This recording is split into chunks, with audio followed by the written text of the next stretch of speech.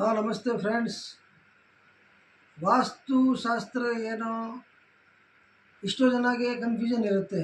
ಅವರು ಆಸ್ಟ್ರಾಲಜಿನ ವಾಸ್ತು ಅಂತ ತಿಳ್ಕೊತಾರೆ. ವಾಸ್ತು ಇಫೆಕ್ಟ್ ಆಗೋದು ಬಿಲ್ಡಿಂಗು, ಜಮೀನು, ಪ್ರಾಪರ್ಟಿ ಅದರ ಮೇಲೆ.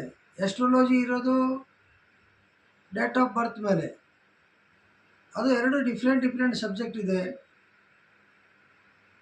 ಇಷ್ಟೋ ಜನ ಹೇಳ್ತಾರೆ, ನಮಗೆ ಮನೇಲಿ ಬೋರ್ ಹಾಕ್ಸಿದ್ದೀವಿ, ಬೋರ್ ಪಾಯಿಂಟ್ ಕುಬೇರ್ ಮೂಲೆಗೆ ಬಂದುಬಿಟ್ಟಿದೆ, ಅಲ್ಲೇ ಹಾಕ್ಸ್ಬಿಟ್ಟಿದ್ದೀವಿ. ಇಷ್ಟೋ ಜನ ಅಗ್ನಿ ಮೂಲೆಗೆ ಹಾಕ್ಸ್ಬಿಡ್ತಾರೆ, ಇಷ್ಟೋ ಜನ ವಾಯು ಮೂಲೆಗೆ ಹಾಕ್ಸ್ಬಿಡ್ತಾರೆ.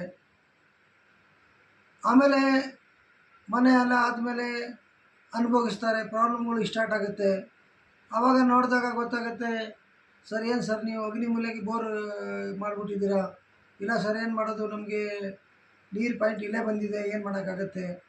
ದಯವಿಟ್ಟು ಯಾವ ಪಾಯಿಂಟಲ್ಲಿ ಏನು ಇರಬೇಕು, ಕಿಚನ್ ಯಾವ ಪಾಯಿಂಟಲ್ಲಿ ಇರಬೇಕು, ಬೋರು, ಸಂಪು, ಸಿಂಕು ಎಲ್ಲ ಪಾಯಿಂಟ್ ನೋಡಿ ಆಮೇಲೆ ಕನ್ಸ್ಟ್ರಕ್ಷನ್ ಮಾಡಿ. ಯಾವ ಕಾರಣಕ್ಕೂ ಕಾಂಪ್ರಮೈಸ್ ಮಾಡಬೇಡಿ. ಫೆಸಿಲಿಟಿ ಬೇರೆ, ವಾಸ್ತು ಬೇರೆ.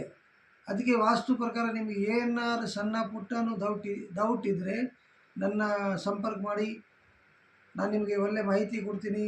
ಯಾವ ಕಾರಣಕ್ಕೂ ವರಿ ಆಗಬೇಡಿ. ತುಂಬ thanks. Be happy, be positive. Thank you very much.